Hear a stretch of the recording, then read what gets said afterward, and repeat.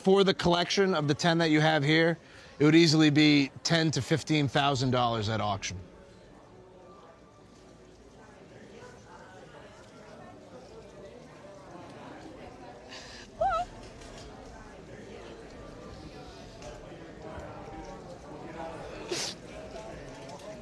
They're phenomenal. Thank you. Nick was phenomenal. It's amazing, thank you. Imagine paying $10 for a wrinkled piece of paper at a yard sale, throwing it in a closet, and then finding out it's worth more than a brand new sports car. Sounds like a fantasy? On Antiques Roadshow, it happens more often than you think. Today, we're looking at the most jaw-dropping vintage poster discoveries in the show's history. From $5 flea market pickups to forgotten boxes that held tens of thousands of dollars in paper. How does a disposable advertisement transform into a five-figure grail? Let's unravel the mysteries behind these unbelievable fortunes. I would say you need to insure this for around $20,000. Oh my God! It's incredible. I had no idea. Sometimes a valuable collection begins not with money or investment knowledge, but simply with admiration. As a comic-loving teenager in the 1930s and 1940s, Jack Kent used to write to his favorite cartoonists and ask if they would send him an original drawing. Remarkably, many of them said yes. My dad, Jack Kent, was a cartoonist, but before he became a cartoonist, when he was a teenager in the 1930s, 1940s, he wrote to all of his favorite cartoon artists and asked for original comic strips, which in those days they sent to him. And many of them sent them with comments and signatures specifically to him. My dad, unfortunately, passed away fairly young in 1985. At the time Jack received them, original comic art had nothing like the status it enjoys today. These drawings were mainly working material created for newspaper publication. Once photographed, reduced, and reproduced for readers, the original had essentially served its commercial purpose. And that is exactly what makes Jack's collection so remarkable. He did not save the newspaper pages that thousands of readers could own. He kept the unique artwork used to create them. Inside the portfolio was a Mickey Mouse from 1937, a Prince Valiant Sunday page made only months after the strip debuted, and a Crazy Cat by George Harriman. The Prince Valiant page was especially desirable because it came from the series' very first year. For collectors, early artwork is not simply older. It comes from a moment when the characters and visual identity of a famous series were still taking shape. But the piece that truly caught the appraiser's attention was Crazy Cat. George Harriman became one of the most influential figures in American comics, and surviving original artwork by him is inherently limited. Jack's example was also an early Sunday image, hand-tinted and visually exceptional. That was the point when this stopped looking like an interesting group of old cartoons and began to look like a serious archive. A comic strip could be reproduced for countless newspaper readers. The original artwork behind it existed only once. I would put an estimate on this of $50,000 to $60,000. Very honestly, I think it could bring more. And everything that you brought in that portfolio, which is just seminal cartoons, well in excess of $200,000. I mean, Goodness. You can see why my heart just went pitter-pat, pitter-pat. What makes Jack Kent's story memorable, however, is not simply the value of the archive. He started collecting before there was much of a market telling him these drawings were worth saving. A teenager simply wrote to the artists he admired, and many of them simply sent their work back. Decades later, those almost freely given drawings had become the kind of archive a modern collector would find nearly impossible to recreate. Sometimes, the most valuable gift can come from a relationship that ended badly. This woman received a Campbell's consommé print from her ex-husband just before he left her. She believed he had paid around $1,800 for it, and years later still joked that it was the best thing he ever gave her. It was a gift from my ex-husband right before he left me. He gave me a birthday present, and this was it. Best thing he ever gave me, actually. I know that it was probably purchased in Philadelphia, and it probably cost around $1,800. I received it in 2005. At first glance, It could easily be mistaken for a familiar pop art poster. But this was no ordinary reproduction. It was a color screen print from Campbell's Soup 1, a portfolio Andy Warhol released in 1968, featuring 10 different soup varieties, with each image produced in an edition of 250. Campbell's Soup had already become one of Warhol's most recognizable motifs earlier in the 1960s. He took a product found on everyday supermarket shelves and placed it inside the world of fine art, turning packaging and consumer culture into the subject itself. By 1968, screen printing made the idea even more fitting. A mass-produced product was now being represented through a technique designed to repeat the same image across multiple impressions. But to collectors, being part of the same edition does not mean every print carries the same value. After more than half a century, condition matters enormously. Prints displayed for years can fade from light exposure, develop creases, or suffer scratches and abrasion across the surface. This example had also spent years hanging on a wall, but fortunately it was kept away from direct sunlight. As a result, its colors and surface remained unusually well preserved. The appraiser rated its condition at roughly 8.5 to 9 out of 10. Subject matter also affects demand. Even within the same portfolio, more recognizable soup varieties can command stronger prices from collectors. So this print had several things working in its favor. Warhol, one of his defining images, a clearly documented edition, and excellent surviving condition. That was when a gift purchased for less than $2,000 began to look very different. In this condition, great shape, I would put a replacement value of $50,000. What? Come on. That's crazy. My goodness. I don't know. I'm speechless. I don't know what to say. The more common the soup, take tomato soup, Right. that's a $75,000, $80,000 print because it's tomato soup. That is the curious irony of Warhol's Campbell's Soup prints. He transformed an image associated with mass production into a collectible where small differences can dramatically change the value. The soup variety, color, surface, and condition all matter. And in this case, a birthday gift from a failed marriage ended up becoming the one thing truly worth keeping. Not every incredible bargain begins with someone deliberately hunting for art. This story began on Shelter Island, New York, where Peter, the guest's late husband, was doing landscape design work for a client. After a conversation about art, Peter was invited inside to see the man's collection and immediately became fascinated by a piece with an unusual shimmering surface. He eventually bought it for just $80. I inherited it from my late husband. He was working, doing landscaping and landscape design out on Shelter Island, New York. He was designing a gate for one of his clients. He became friendly with the gentleman, and he invited him in to show him some of his art because they had talked about art. He showed him this, and Peter loved it, and he offered him $80 for it. At first glance, it hardly resembles the images most people associate with Roy Lichtenstein. There are no comic panels, speech bubbles, or familiar Ben-Day dots. Instead, a simple black horizon sits across a surface whose colors seem to shift with the light. The secret is the material itself.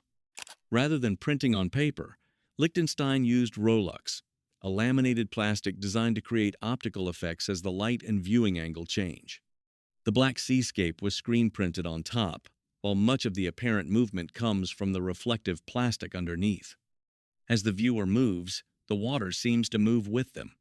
Created in 1966, the work came at a time when Lichtenstein was experimenting beyond the comic imagery that had made him famous.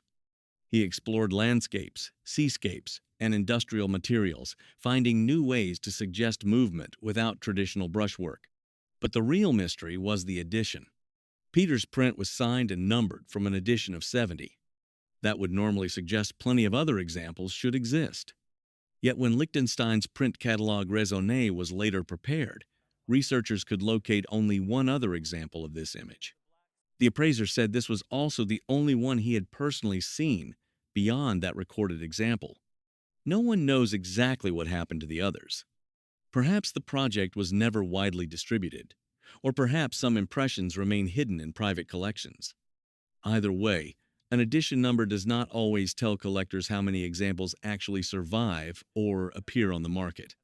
And that uncertainty turned Peter's $80 purchase into something far more unusual. If I had to put a replacement value on it today, I would say you need to insure this for around $20,000. Oh my God. It's incredible. I had no idea. It's a beautiful thing, and It really is. Peter would be overjoyed. He would be absolutely overjoyed. Peter had never bought it because of Roy Lichtenstein's name or because he expected an investment.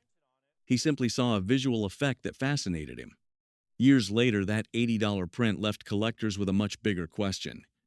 If the edition was numbered to 70, how many examples like this actually still exist? Concert posters were never really meant to last. They were created to advertise one band, one venue, and one night, then quickly lose their purpose once the show was over. That is what makes this group of Pearl Jam posters from the mid-1990s so remarkable. They were not assembled years later by a memorabilia collector. They came from someone who had actually worked in the rock and roll world.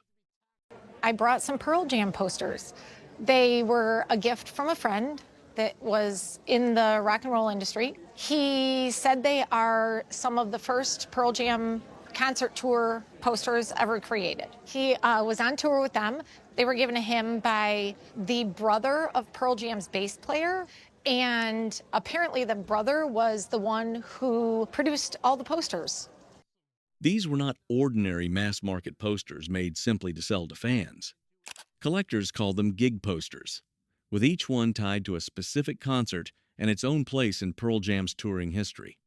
One example was created for a Prague show in 1996, when the band had already grown far beyond its Seattle roots. The artwork was produced by Ames Bros, particularly Kobe Schultz and Barry Ament, designers closely connected with Pearl Jam's visual identity. Instead of relying on a band photo and basic concert information, they treated each poster as a distinctive graphic composition. The production method mattered too. Many were silk-screened in relatively small batches, limiting their numbers from the beginning. But the bigger factor was survival. Gig posters were often pinned to walls, taped inside venues, folded, faded, torn, or simply discarded after the show. Almost nobody was treating them like valuable art. So decades later, rarity depends not only on how many were originally printed, but on how many survived intact. This collection had another advantage. All 10 remained together. As a group, they preserve a small visual record of Pearl Jam during an important period in the band's touring history. And one tiny detail may explain why they survived. Written on the storage tube was a simple message: "Save these, Janet." Someone did. The posters also carried a personal connection to Nick Scott, the friend who gave them to the owner and shared her love of music, art, and Antiques Roadshow. So even before the appraisal reached a dollar figure, their value was already more than financial. For the collection of the 10 that you have here, it would easily be $10,000 to $15,000 at auction.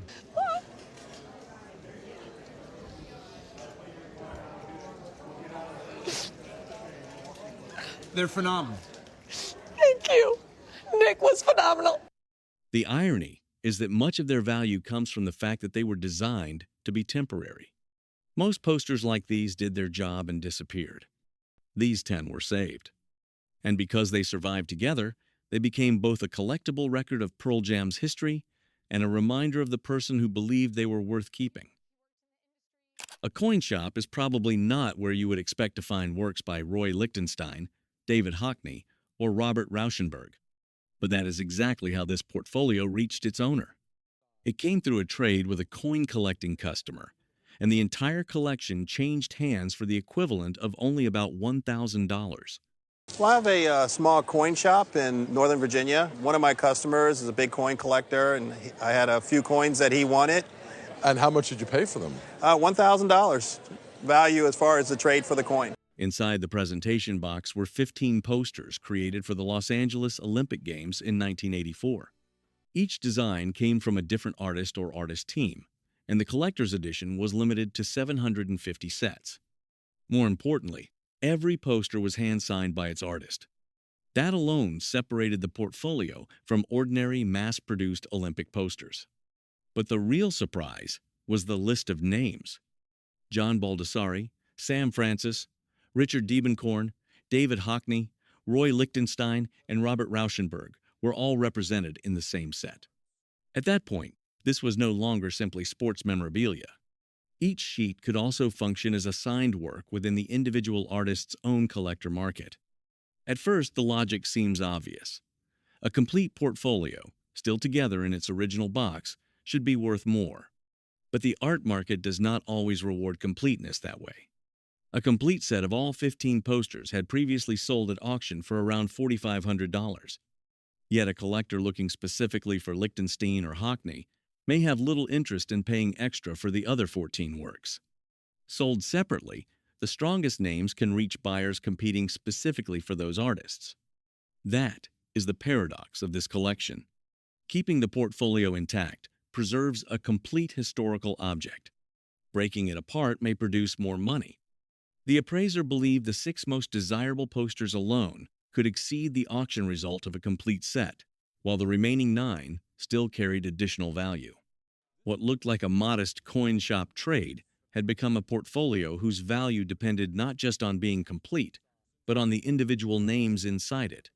And I figured the other 9 posters that are inside the portfolio would probably sell for combined $2,000 to $3,000. Okay. So by breaking them up, the total is $7,000 to $10,000, Wow. which is almost twice what the portfolio as a single unit sells for. Wow. More than I was expecting. That is what makes this collection so unusual. In collecting, complete often means better. Here, the 15 posters tell a stronger historical story together. But in the marketplace, a handful of individual signatures can carry more weight than the completeness of the entire set. Before concert posters became collectibles, many of them were simply advertisements arriving through the mail. This collection began in 1967, when the owner joined a mailing list and started receiving postcards almost every week for shows at the Fillmore, the Avalon, and concerts promoted by Bill Graham. Over time, the collection grew to more than 200 pieces.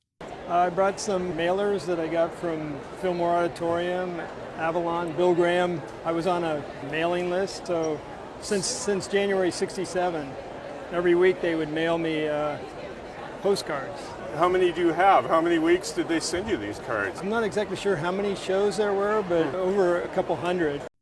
What makes this collection unusual is that it was not assembled decades later by hunting down individual pieces on the secondary market.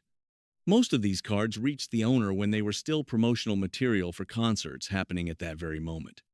By the late 1960s, San Francisco was transforming not only rock music, but the look of concert advertising itself. Distorted typography, intense colors, and psychedelic imagery made these small advertisements feel more like artworks than ordinary mailers. That meant the designer could matter almost as much as the performer. Rick Griffin, Victor Moscoso, Stanley Mouse, and Wes Wilson all became names collectors learned to recognize. One standout image is Griffin's flying eyeball, associated with concerts featuring the Jimi Hendrix Experience. But artwork alone does not explain the value. Many of these postcards were originally printed in large numbers. The problem is that they were made to be used, not preserved. They were mailed, pinned to walls, taped to ceilings, folded, faded, damaged, or simply thrown away once the concert had passed. The owner even kept photographs showing a bedroom once covered with cards like these. And that everyday treatment is exactly what created scarcity over time. A design may once have been common, but decades later, a clean example with strong color and little tape or tack damage can be much harder to find. The collection also includes different formats, from postcards to larger posters, so individual values vary according to performer, designer, format, rarity, and condition. Not every piece is worth a fortune. But with more than 200 well-preserved examples, smaller values begin to add up surprisingly quickly. Some of the other ones are $75 on the low end, $50, but then they get up into the high hundreds again. But I would say conservatively, really conservatively, you have maybe $8,000 to $10,000 retail value in these, yes. Wow. Thank you, Bill Graham, right? Yeah, I know.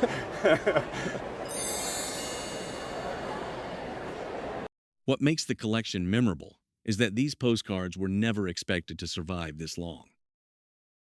The colorful circus posters may catch your eye first, but the most valuable pieces in this collection were actually 3 old wooden printing blocks. They came from the Neal Walters family printing business in Arkansas, where producing circus posters was truly a family operation. Relatives helped run the presses, while some carved the printing plates by hand. My grandfather, Neal Walters, started a circus poster printing company in Eureka Springs in the late 30s, 40s maybe. And they printed circus posters there until they moved to Bentonville in like 62 or 63. And then they continued on printing them from Bentonville. These 3 are hand-carved plates that my uncle carved. There was 11 total kids that helped run the printing presses and do the carving of all the plates. What makes these blocks especially interesting is the way they work together. They were not 3 different versions of the same clown. Each block carried a separate part of the image and was printed in a different color. Red, yellow, and blue were applied 1 layer at a time, with each impression carefully aligned until the complete clown face appeared. If the registration shifted, the finished image shifted with it. The Walters shop mainly served smaller traveling circuses that could not afford completely new advertising for every show. Instead, printers relied on what were known as stock posters. The same clown, animal, or circus scene could be reused, while the circus name, venue, and performance information changed. The appraiser was able to connect this particular design to a surviving poster for Tex Carson's Wild Animal Circus, helping place its use around the 1950s. But the real surprise was the difference between the finished posters and the tools that produced them. Similar posters from lesser-known circuses might bring relatively modest prices. The woodblocks were different. Posters were meant to leave the shop in large numbers. Printing blocks remained behind as working tools, where they could eventually be discarded, reused, damaged, or separated. With progressive color printing, losing even 1 block meant losing part of the original production process. Here, all 3 survive together. That completeness allows a collector to see exactly how the clown image was constructed, 1 color layer at a time. Combined with the hand carving and direct family history, the blocks preserve not simply an advertisement, but the physical process that created it. And because comparable complete sets rarely appear for sale, they turned out to be far harder to replace than the posters themselves. But there really is no record of these kind of woodblock prints of a clown face coming up for sale. Were these to come up at auction, as a set, just the woodblocks, not the poster, they'd sell for between $6,000 and $9,000. Wow. That's amazing. That is what turns the story upside down. The colorful poster was what the public was meant to see. But the 3 wooden blocks hidden behind the printing press were the pieces that truly survived against the odds. What began as ordinary workshop equipment eventually became the most valuable part of the collection. The most interesting thing about this collection is that images collectors now seek out were once considered disposable. Years later, the owner began buying them back 1 piece at a time. I started collecting this about 10 to 15 years ago. All of this artwork was actually thrown away at our company and rescued by other people. As I saw the pieces for sale in private collections, I would buy them 1, 2, or whatever. What makes the collection unusual is that it preserves both sides of the creative process. There are finished posters that were commercially distributed, but also original studies, or maquettes, created by Bern before the designs went to print. Some can even be matched directly with their finished posters, showing the journey from original concept to final advertisement. Hill also approached railroad advertising differently from many commercial artists. Instead of always making the locomotive dominate the image, he often placed the train inside a much larger landscape. Southwestern scenery, farmland, bridges, and wide open spaces gave each railroad its own geographic identity. He also used dramatic viewpoints, an enormous wheel filling the foreground, bridge shadows becoming bold graphic shapes, or a train appearing surprisingly small within the composition. That visual approach allows the works to function as more than railroad advertising. Railroad enthusiasts can appreciate the machinery and history. Poster collectors see period commercial graphics, and design collectors can respond to the color, composition, and distinctly modernist style. The original maquettes add another kind of rarity because each one is unique. But unique does not automatically mean more valuable than the finished poster. Collectors often want the actual object that entered public culture. What makes Bern Hill different is that his original studies are visually strong enough to stand on their own as artworks. And if the story that some were once discarded is accurate, their survival becomes even more remarkable. In my estimation, the original studies for the posters themselves are worth, at auction, $3,000 to $4,000 a piece. Oh, wow. And the little train profiles or little train portraits are worth between $1,000 and $1,500 a piece. Okay, that's good. And with the 12 posters with a value of $24,000. What makes the collection memorable is not simply the increase in value. The owner had bought many of the finished posters for about $1 each, while the most expensive original artwork cost only around $500.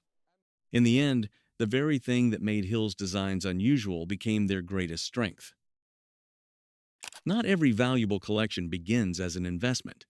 For the owner, Jazz Fest posters were simply a way to bring a piece of the New Orleans Jazz and Heritage Festival home each year. The collection began in 1976, when the first poster cost just $10. Over the decades, it grew until an entire room in the house was covered with them. Well, I'm a Jazz Fest fan. I have been going to the Jazz Fest for 50 years, and I began collecting Jazz Fest posters in 1976. I paid $10 for that poster in 1976. I have a room in my house lined with Jazz Fest posters, and it brings me happiness every day. The three examples brought to the roadshow came from 1976, 1979, and 1999. Placed side by side, they show just how much the poster series evolved. The 1976 poster appeared when the annual program was still relatively young. Maria Laredo's design was issued in roughly 1,000 signed and numbered copies, along with about 1,000 unsigned examples. Only 3 years later, the signed edition remained similar, but the unsigned run had expanded to around 10,000. That growth reflected the increasing popularity of Jazz Fest and the posters themselves. For collectors, it also made the early years increasingly important. As an annual series becomes more popular, more people want to build complete collections year by year. But those early editions cannot simply be printed again. The 1999 poster reveals another part of the equation. Its subject, Professor Longhair, carries enormous recognition, yet the signed edition had grown to around 3,000 copies. So a more famous subject does not automatically mean a higher market value. Edition size, artist, subject, position within the series, and collector demand all matter. Among these three, the 1976 poster brought several advantages together: an early date, signed status, and a smaller production run. The owner's purchase history makes that difference even more striking. These posters were bought as souvenirs, not investments. By starting before the market matured, the owner had unknowingly acquired one of the hardest years for later collectors to replace. If this were to appear in an auction, I would estimate it between $4,000 and $6,000. And when you look online, the high watermark for this is $7,000. At an auction in New Orleans. $10. This will go to my daughter and probably to her daughter as well. This is family. But the owner still had no intention of selling it. After nearly half a century, the poster had grown from a festival souvenir into part of the family history. Its value rose not simply because it got older, but because Jazz Fest grew around it. More collectors came to want a piece of that history. The 1976 edition, however, could never grow with that demand. For years, this artwork hung in a Union Pacific office in Sun Valley, looking like an old travel poster. Nobody thought much about it until an artist friend took a closer look and raised a simple question. What if it was not a poster at all? This beautiful piece of artwork actually was hanging in my father-in-law's office in the Union Pacific Railroad outlet in Sun Valley, Idaho. And sometime in between there, a dear friend of his who was an artist came in and said, you know, Wes, you think that's a poster, but I really think it's the original art. The difference was visible on the surface. The finished poster had been produced through photolithography, while this object was painted directly in gouache on illustration board. In other words, it was a maquette, the original artwork created before the design was transferred to print and reproduced in multiple copies. The composition advertised Sun Valley through more than skiing. Dog sledding, skating, swimming, dancing, and other activities shared the scene, presenting the resort as an entire lifestyle destination. Ironically, that also made the design less desirable than some Sun Valley posters where skiing dominates the image, which collectors often favor more strongly. Then came another mystery, the artist. The work is signed C. Peet, the same name associated with the printed poster, but very little is clearly documented about the artist. Family history also placed the artwork around the late 1930s, while the clothing and overall visual character suggested to the appraiser a later date, closer to the mid-1940s. Those uncertainties complicated the research, but they did not change the most important clue. A printed poster can survive in multiple copies. A maquette exists only once. It preserves the artist's actual brushwork and the stage of the production process from which the commercial poster was created. The family history also gave it a logical connection to Sun Valley, since the artwork had been passed down from someone who worked for Union Pacific there. So although the image itself was not among the most sought-after ski designs, the originality and scarcity of the object compensated for that weakness. A normal poster is a reproduction. This was the thing that existed before the poster. But it is so rare to have the artwork for one of these things. My estimate at auction, were this to come up for sale, would be between $3,000 and $4,000. Oh my gosh. Awesome! All right. I'll take it. And there was several collectors driving the whole field. What makes the story memorable is that the family had looked at this image for years without realizing what they actually owned. It was not simply a Sun Valley advertising poster. It was the original artwork that made that poster possible. And in the collector market, that small distinction can completely change how an object is understood. With a circus poster this large, the black leopards and brilliant colors are almost guaranteed to grab your attention first. But the details that mattered most to the appraiser were much easier to miss. Its unusual size, a stamp on the reverse, and one small piece of paper pasted over a performer's name would eventually reveal how this poster was made, used, and then changed. I got it from my father-in-law. He was a high school art teacher, and he collected posters. And he produced posters during World War II, and this was one of in his collection. And how long have you had it? We've had it about 10 years. I don't know how long he had it before that. And once the appraiser examined it closely, the first clue was impossible to ignore: the scale. This was not a standard one-sheet poster. It was a 4-sheet, printed in separate sections and assembled into one enormous advertisement. Posters like this were meant to cover walls and fences, making the circus impossible to miss before it arrived in town. That also meant survival was never guaranteed.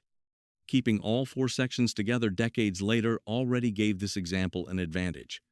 Then the reverse provided another clue. A production stamp confirmed it as a 4-sheet black leopards poster. The printer mattered too. Strobridge Lithographing Company was a major name in American circus advertising, and its association with Ringling Brothers and Barnum and Bailey added another layer of collector appeal. But the most revealing detail was still hiding in plain sight. The name Alfred Court was not lithographed as part of the original design. Instead, it appeared on a separate piece of paper pasted over another name, Terrell Jacobs. That alteration might look like damage at first. In reality, it preserved part of the poster's working history. Circuses could reuse an expensive animal image, replace the featured performer's name, and send the advertisement back into service. Jacobs was associated with Ringling for only a short period in the late 1930s, helping the appraiser date the original printing to around 1938. So that tiny pasted label preserved two different stages of the same commercial image. Smaller versions of the design had appeared on the market before. A comparable 4-sheet example was much harder to find.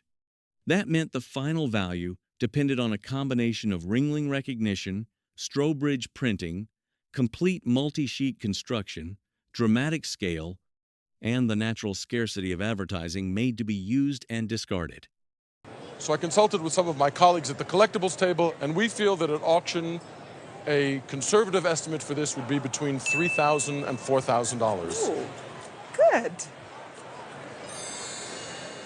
And that is what makes this poster more interesting than its price alone. What first looked like an imperfection became the clue that told the strongest part of the story. Sometimes, what makes a poster special has nothing to do with how rare it was when it was printed. It happens later, when one unexpected moment turns an ordinary copy into something no other copy can quite reproduce. For this owner, that moment came at the University of Michigan in 1975. Back in 1975, I was a graduate student at the University of Michigan. The art school had invited Andy Warhol to give a presentation. That day that he was going to give his presentation, he set up shop, if you will, on the back of a flatbed truck and said, "Come on, you want me to sign your soup cans? Here I am." But here is where the story gets more interesting. The poster itself was already about 5 years old. It had been produced in 1970 for a Warhol exhibition at the Pasadena Art Museum, with Brillo soap pads as its central image. It was classic Warhol, taking the visual language of supermarket packaging and moving it into the world of museums and fine art. Screen printing suited that idea perfectly, preserving the mechanical, mass-produced feeling of the commercial image. But a famous Warhol image does not automatically make every surviving poster rare. Unsigned examples still appear on the market, so the basic exhibition poster is relatively accessible. What changed this particular copy came later. In 1975, the owner placed it directly in front of Warhol and had the artist sign and date it. That created something an unsigned example could never have, a direct connection to a specific encounter with Warhol himself. And then the appraiser noticed an even smaller clue. Warhol had signed it in ballpoint pen. That detail was unusual compared with signing habits more commonly associated with his later years. By itself, the pen does not prove authenticity or determine value, but paired with the owner's first-hand provenance and the dated inscription, it makes the signature even more compelling. And that is where the market equation changes dramatically. The owner did not buy a rare Warhol poster. The owner bought an ordinary exhibition poster and then happened to bring that exact copy to the artist. The difference between those two objects would turn out to be worth thousands. And when it comes up for auction, it sells for between about $500 and $750. Okay. With the signature, at auction, we feel that it would be worth between $3,000 and $4,000. Oh, wonderful. Thank you. More special, And that so it might gap be is what even makes slightly the story more. so memorable. Oh, wonderful. The owner Thank you. accidentally I'm gonna turned an ordinary probably- copy I'm gonna into one with a story probably the keep it on printing my press wall could for never a good reproduce. bit longer. Now, paid for it? $10 maybe? 10 bucks. 10 bucks, in the campus bookstore. Yeah. Some travel posters are remembered because of the destination. Others are so visually distinctive that a few bursts of color can make an entire city instantly recognizable. It was given to me by a friend. He's from the Seattle area. He was in a little shop and there was a bunch of rolled up posters in a bin. And he just liked it, probably paid a few dollars for it, and that's really all I know. So you're asking me to appraise a gift? I am. This poster belongs to the second group. What that friend had unknowingly picked out was a David Klein design created for TWA in 1956. Instead of depicting Times Square realistically, Klein transformed New York into a rush of light, color, and movement. Traffic, illuminated signs, and city energy dissolve into an almost kaleidoscopic graphic rhythm. That is why the image still works, even after its original advertising purpose has disappeared. Klein created many destination posters for TWA, but this New York design became one of his most recognizable. But identifying Klein was only the beginning. Because TWA reused this successful composition, two posters that look almost identical can belong to very different printings. And the clue that separates them is easy to miss. Look near the top. There is a Lockheed Constellation. On the early version, the propeller-driven aircraft is clearly visible. As TWA moved further into the jet age, later printings replaced it with a silhouette of a jet leaving a vapor trail. Suddenly, that tiny airplane becomes a dating tool. The owner's example still has the Constellation, identifying it as the desirable early version rather than a later reissue. That changes the collector story completely. Its appeal comes from several things working together: David Klein, TWA, an iconic Times Square composition, and most importantly, the correct early state collectors look for. The friend who found it needed to know none of that. The design alone was enough to make the poster worth taking home. But decades later, the detail that mattered most was not the explosion of color in Times Square.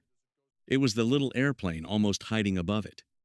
But at auction, I would estimate this piece between $2,500 and $3,500. Oh my gosh! Oh, he's going to be so thrilled. And we have you on camera saying you would split the price with him. I told him I would.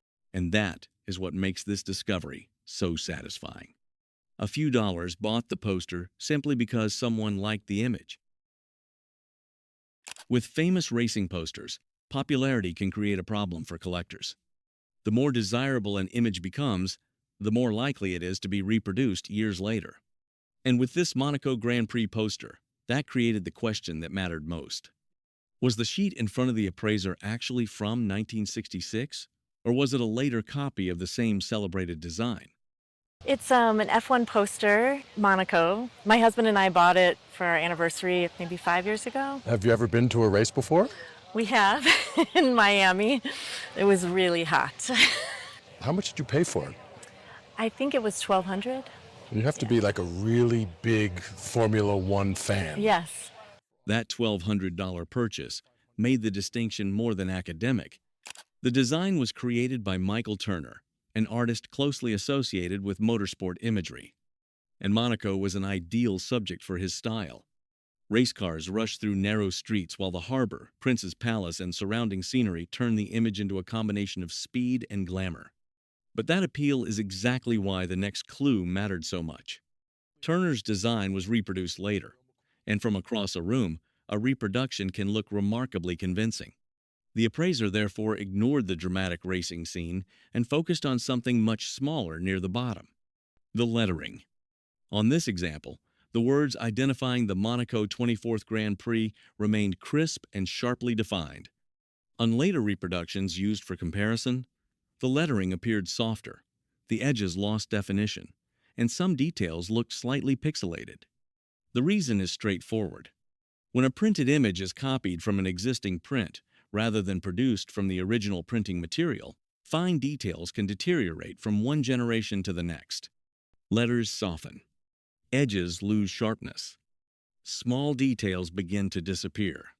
That alone is not a universal test for authenticating every vintage poster. But here, combined with the other characteristics of the sheet, it gave the appraiser the evidence needed to answer the central question. This was not simply an attractive reproduction of a famous Monaco image. It was an original period poster. And once that distinction was established, Turner's name, the Monaco subject, and the poster's direct connection to the era of the race could finally carry their full collector value. If this were to come up for auction now, I'd estimate it between $2,500 and $3,500. Oh, okay. Wow. Nice, nice. Wow. And I said I wouldn't say wow, like everyone else. I would say wow. Fantastic. Thank you so much. It's really wow. Amazing. The owner had bought it simply because of a shared love of Formula One and the image itself. But the roadshow revealed that they had brought home more than a beautiful racing poster. Sometimes, a collectible becomes rare not because very few were made, but because there were once so many that nobody thought they were worth saving. These TWA posters are a perfect example. For years, the owner used them as upholstery patterns, taped sheets together for larger projects, and even laid them down to catch overspray while painting. And that is where the story suddenly becomes much more expensive. Well, this group of posters I acquired from my father-in-law, Jim. And Jim was an employee of TWA. I used them throughout the years for various things. I used them for patterns for some upholstery work I did, tape them together, make a big pattern. I used them for overspray when I'd spray paint projects we had in 4-H and things like that. The posters originally came from the owner's father-in-law, who worked for TWA. When advertising campaigns ended, unused destination posters came home with him, and the owner remembers the original stack being about 6 inches thick. There may once have been hundreds of sheets, but the survivors were not ordinary airline advertisements. They were designed by David Klein, whose TWA campaigns helped define the visual language of American air travel during the jet age. Klein was selling more than a flight. He was selling the excitement of arriving somewhere. Washington explodes with fireworks, while Los Angeles, Las Vegas, and other destinations are transformed through bold color, geometry, and graphic composition. That is why these images can still work as art long after their advertising purpose disappeared. But here is the catch. Not every TWA poster carries the same collector value. Specific design, destination, composition, and condition all matter. A sheet sliced apart for a pattern or covered in paint obviously cannot compete with a clean surviving example. And that is exactly what makes this collection so ironic. The casual way these posters were treated is part of the reason intact originals are harder to find today. The 4 examples on the appraisal table each had different levels of demand, but they shared one crucial advantage. They survived. And once the appraiser began assigning real value to just those 4 sheets, an even bigger question appeared. What might have been hiding in that 6-inch stack before so many were cut, taped together, or covered in paint? These 4 posters alone at auction, I feel would fetch between $2,300 and $3,400. Just unbelievable. They did make great material for overspray. That is what makes this case so memorable. The missing posters were not lost in one dramatic accident. They disappeared one ordinary project at a time. At first glance, these fashion studies had everything that could make an estate sale find hard to ignore. Bold colors, elegant silhouettes, and a style that immediately evokes the late 1950s and early 1960s. The owner simply liked the look and bought the entire group for only $8. I found them at an estate sale. They were just so iconic of 60s, and I really love old fabrics, so I just bought them. How much did you pay for them? $8, and there's still a few more. I'm not sure if I have all 12 or not. But what exactly had $8 bought? Despite being described as watercolor studies, these were not individual hand-painted originals. They were printed versions based on original fashion studies, numbered as part of a larger series and likely intended for retail use to help present a clothing line. Then came the name behind the designs, Bill Atkinson. Even specialists at the Roadshow did not immediately recognize him. Research, however, revealed a designer with an unusual background. Atkinson had trained as an architect, and that way of thinking seems visible in the clothes themselves. Straight lines, geometric repetition, and carefully controlled proportions give the garments a structural quality, almost as if they were being constructed rather than simply decorated. That makes the images more than attractive pieces of retro fashion. They reflect a period when American sportswear and casual clothing were becoming increasingly important in everyday wardrobes. And that commercial purpose may help explain why examples like these are difficult to find today. Retail display material was never expected to survive for generations. Once a clothing season ended, pieces like these could easily be discarded, damaged, or forgotten. The appraiser had never encountered identical examples, and there were few direct auction records to rely on. So the rarity was not based on a known tiny edition. It came from something more practical.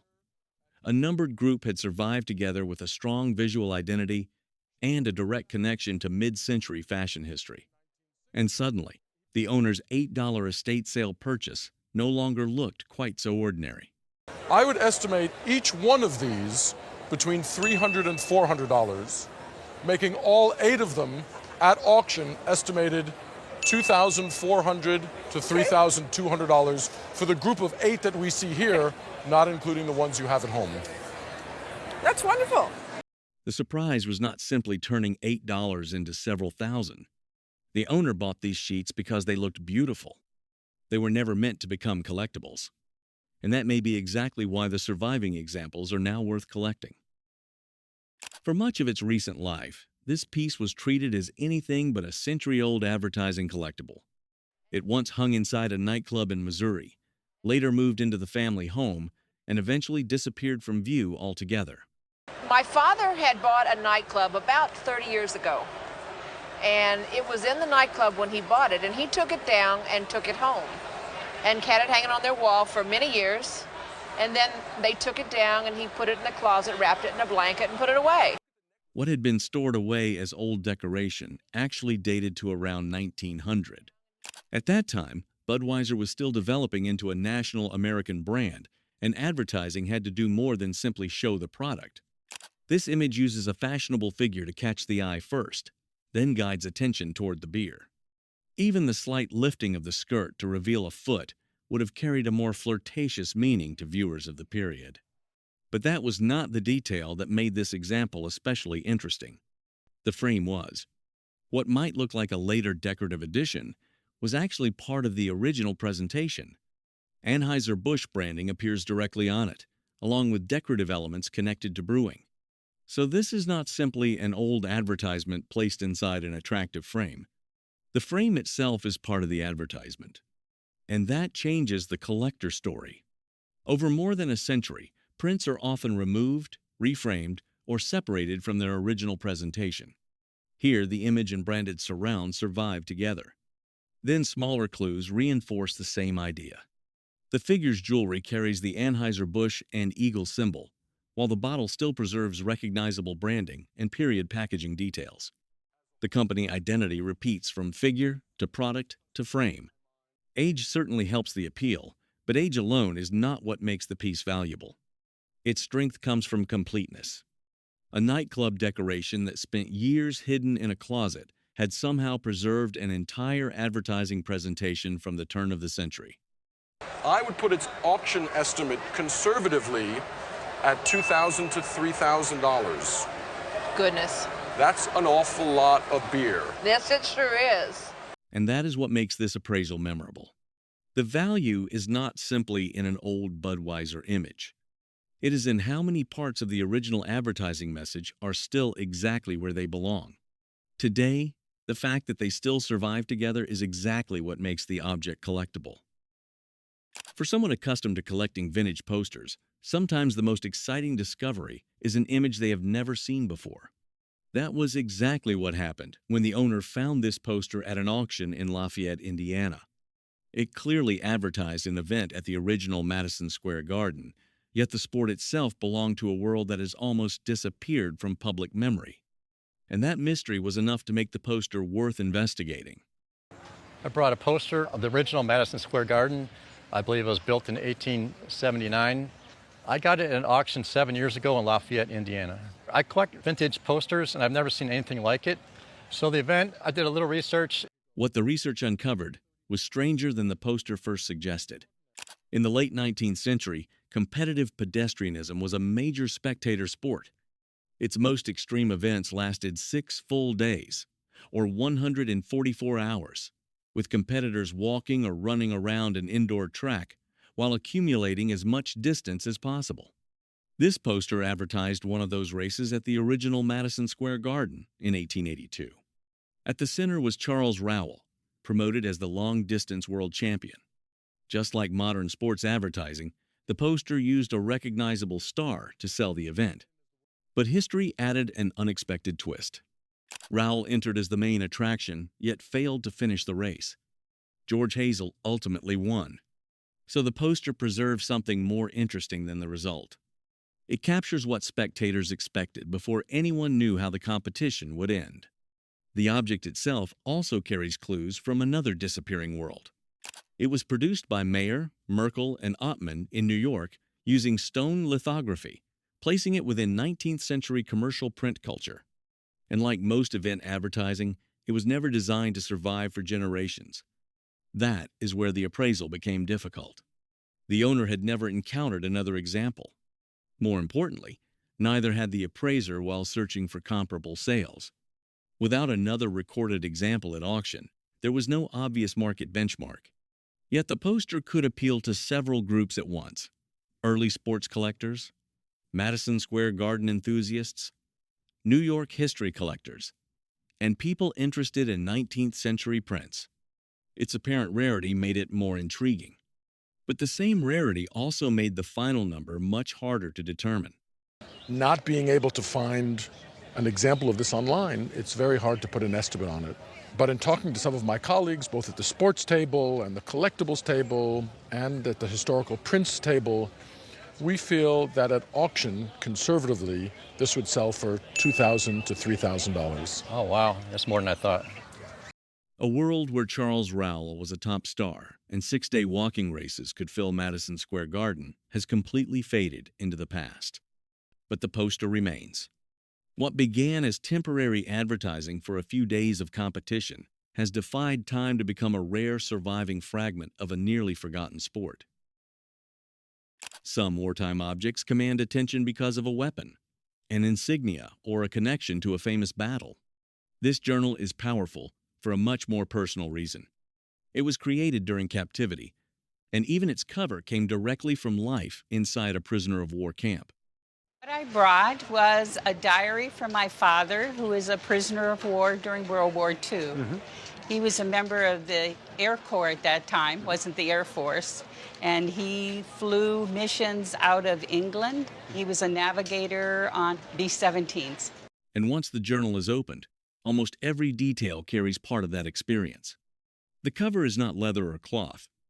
It was made from the wrapping paper of a Red Cross relief parcel, turning disposable packaging into something that protected these memories for decades. Inside, the story is not written as one continuous memoir. It survives through drawings, dates, and fragments. One page shows a silkworm, drawn as a tribute to the silk used in parachutes. It seems almost playful until you understand what it represents. A parachute was part of the reason the navigator survived after the B-17 was lost. Another entry records a letter from home that took nearly 2 months to reach the prison camp, reducing the isolation of captivity to a few dates on a page. But then the appraisal uncovered something even more important. Could these personal memories be connected to evidence outside the journal? The answer came from missing action reports. An eyewitness aboard another bomber had seen the aircraft go down through intense anti-aircraft fire and reported parachutes appearing before the plane disappeared from view.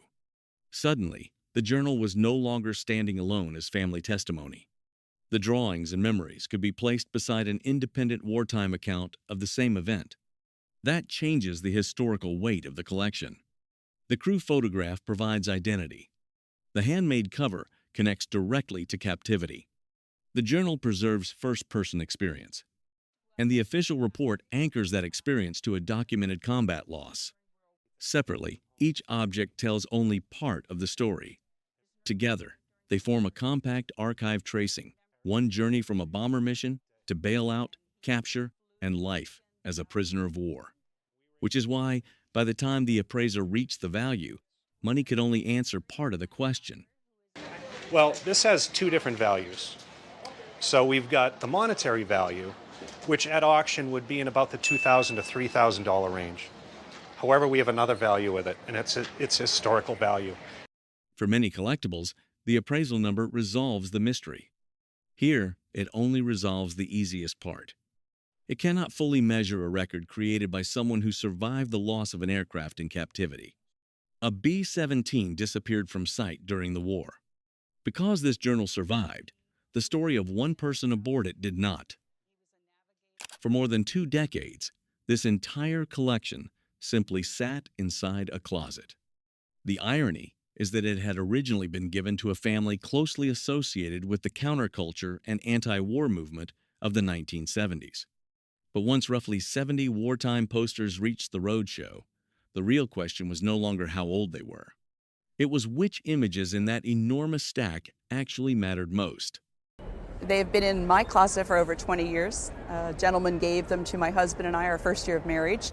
He was very active in the military, and he thought we might like to have them because we were hippies in the 70s and we're talking about all the anti-war things that were going on, and he made a present of these. And with World War II posters, age alone is not enough. These images were designed to appear everywhere: factories, workplaces, and public spaces, carrying messages about production, sacrifice, vigilance, and national unity. They had to be widely seen to work. So collectors look beyond age to the specific design, artist, historical association, scarcity, and condition. From the larger collection, the appraiser selected 4 standouts. Jean Carlu reduced industrial production to a powerful graphic idea, a strong hand turning an enormous wrench. Norman Rockwell took the opposite approach, using emotion and a tired machine gunner in need of ammunition to connect factory output directly to someone fighting overseas. Another poster used Nazi imagery and a dagger piercing a Bible to create immediate shock. And the British example drew on Winston Churchill's famous words to turn the service of Royal Air Force crews into a symbol of national gratitude. 4 posters and 4 completely different ways of persuading the public. But then came the twist. The artist most recognizable to a general audience was not necessarily attached to the most valuable poster. Market value also depends on how desirable the specific design is, how many examples survive, and how well the sheet has endured. These posters were meant to be displayed, handled, and eventually discarded. So a surviving example that still delivers its original visual impact can stand apart dramatically from one that has faded, torn, or disappeared altogether. And among the 4 pieces on the table, the strongest one was not the name the owner was most likely to recognize. The Norman Rockwell, also $1,500 to $2,000. The Carlu is, I think, the best of the lot. At auction, I would estimate that between $2,000 and $3,000. Wow. It's a nice wedding gift. That difference reveals something important about wartime poster collecting. Historical importance, celebrity, and market value do not always follow the same order. Sometimes, a collection does not begin with an artist, a brand, or even a particular period. It begins with one image that keeps pulling the collector back. So while these 3 posters look completely different, bicycles, automobiles, and the promise of movement connect them all. The wheel. I am a collector of antique automobiles and automobilia, and I'm addicted. So anything with a wheel. So in fact, we have a bicycle poster, we have and 2 Petroliana, 2 gas posters. Yes. But once the appraiser started examining them, the stories attached to those wheels began to change. The shell poster had long been associated with the Chicago World's Fair of 1933. Research instead pointed to around 1936 and a different shell campaign. That small correction completely changed the context. Rather than World's Fair memorabilia, the poster became an example of how gasoline companies sold something larger than fuel: travel, scenery, and the freedom of the open road. Then the mobile poster produced an even bigger surprise. Family History identified a building in the image as the Chrysler Building and connected the design to the New York World's Fair of 1939. But the structure was actually the Tower of the Sunday. That moved the setting across the country to the Golden Gate International Exposition in San Francisco. One misidentified landmark had sent the entire provenance story to the wrong city. And once the correct context was established, evidence also showed that the poster was not unique, as family tradition had suggested. So by the time the appraiser reached the 3rd piece, a pattern had emerged. A compelling story was not enough. The object itself had to support it. And this time, the owner's instinct proved especially good. The French bicycle poster had been purchased simply because it looked more like a painting than an advertisement. It was associated with Louis Abel Truchet, a French artist of the Belle Époque, giving it appeal beyond transportation collecting alone. More importantly, reproductions of the image were known, while original period examples were much harder to encounter. The appraiser had seen reproductions before, but never an original example like this one.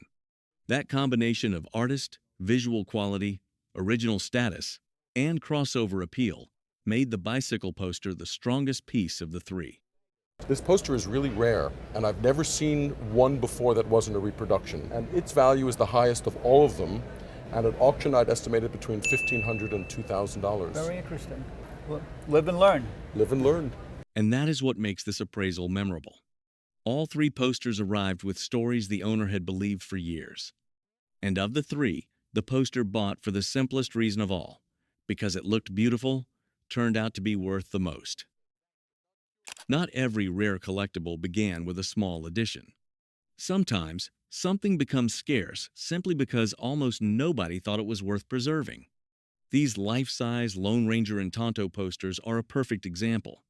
They were not sold as artwork to be framed or carefully stored. They were childhood premiums meant to arrive in the mail, be unfolded, and bring television heroes directly onto a bedroom wall.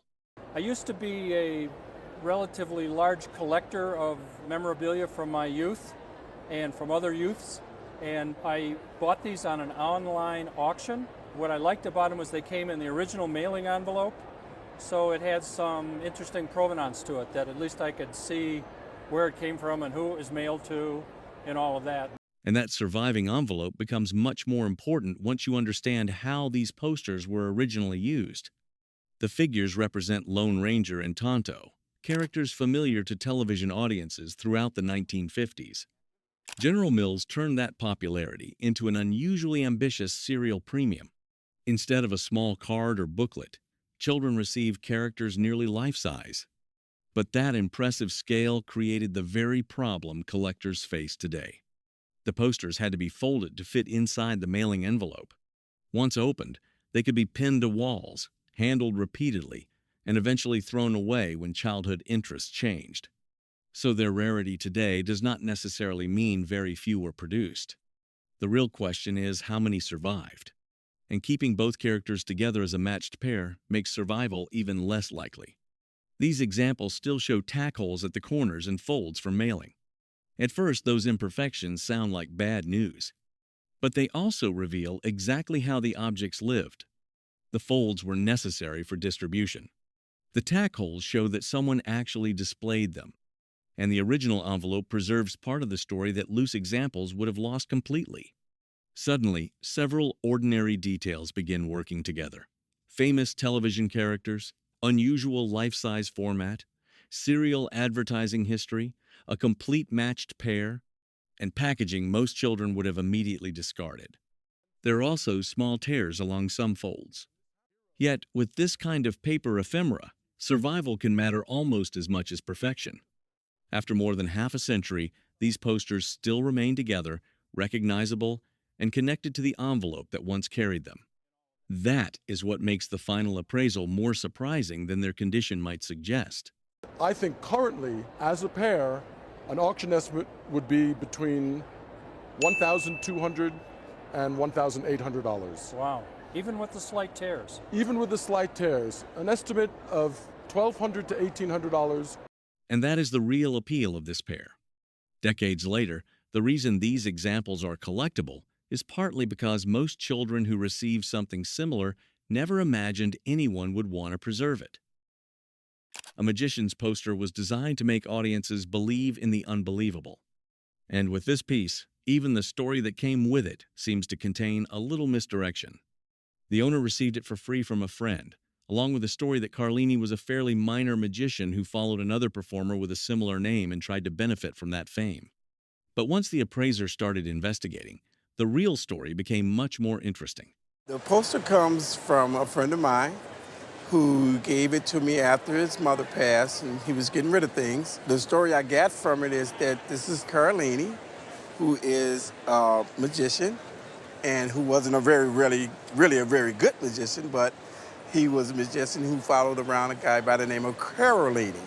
And Karlini was a good magician, and he would always follow him and, pretty much try to steal his shine. So, one of the things that magicians do is they thrive on misdirection and making things look different than they actually are. And that family story was not the only thing that needed correcting. Karlini was actually the stage name of Ludwig Trinka, a Dutch magician who performed extensively in Berlin before World War II. That biography gave the poster a more compelling historical context. But before any of that could matter to collectors, one much bigger question had to be answered. Was the poster itself genuine? Magic posters are especially tricky because dramatic theatrical images were often reproduced long after the original performances. A later decorative copy can look convincing on a wall. Its market value is another story entirely. Fortunately, this example passed the most important test. The appraiser identified it as a genuine lithograph from 1930, the kind of advertising people in Vienna could actually have seen before the war. The imagery fits that world perfectly. Karlini appears with a wand, a brazier, and mysterious green smoke, while the title, The Great, turns the performer into something larger than life. But authenticity introduced one final twist. Original does not automatically mean extremely valuable. In entertainment memorabilia, demand depends heavily on the name printed on the paper. Karlini may have an unusual history and a visually striking poster, but the collector market for this performer is much narrower than the market for someone like Harry Houdini. So the owner had not received a worthless reproduction, but neither had the owner accidentally been handed an $8,000 treasure. The truth landed somewhere in between. No question about its authenticity. So this is the poster that people in Vienna in the years prior to the Second World War would have seen on the streets advertising the show. Correct. And in 2008, at auction, it sold for $1,000. Oh, okay. And that is why the appraisal did not make the poster less interesting. It replaced an uncertain legend with something stronger. A genuine lithograph from 1930. A European magician with an unusual history. And an image created to sell illusion. For a poster built around misdirection, the final twist is almost perfect. Some posters survive because they were treated like collectibles from the beginning. These Peter Max posters survived in exactly the opposite way. They spent years covering bedroom walls through high school and college, simply part of everyday youth culture in the late 1960s. And decades later, the way they were actually used would become an important part of the appraisal. They were a gift to my youngest son from my mother in about 1969 or 70. And he had them all over his room all through high school and college. Peter Max was one of the most famous, most popular of the psychedelic artists. But back in the 1960s, in sort of the twilight of the hippie era, his work was very, very mainstream, and it was loved by people really all over the world. That mainstream popularity is exactly what makes Peter Max such a recognizable figure today. His saturated colors, cosmic forms, and playful shapes helped carry psychedelic imagery far beyond the counterculture and into everyday American life. But here is where the collector story gets more complicated. A famous artist does not make every poster equally valuable. These sheets all date to 1969 and were numbered as part of a series. Yet one of them had been covered with stickers. On a teenager's bedroom wall, that probably seemed completely natural. On the collector market, it becomes a condition problem. Stickers, pinholes, tears, and fading can all reduce desirability because collectors distinguish between the original printed surface and changes added later. But that creates an interesting contradiction. Those same imperfections also prove that these posters were genuinely lived with. They were not stored flat and untouched for decades. They were displayed, enjoyed, and personalized. Still, condition is only one part of the equation. And this is where the appraisal becomes less predictable. Even posters by the same artist, from the same year and the same series, can attract very different levels of demand. One image may be more iconic, visually stronger, or simply more desirable to collectors than another. So the appraiser could not treat the group as interchangeable sheets with one standard price. Each poster had to compete on its own. And once condition and image appeal were considered together, one design clearly separated itself from the rest.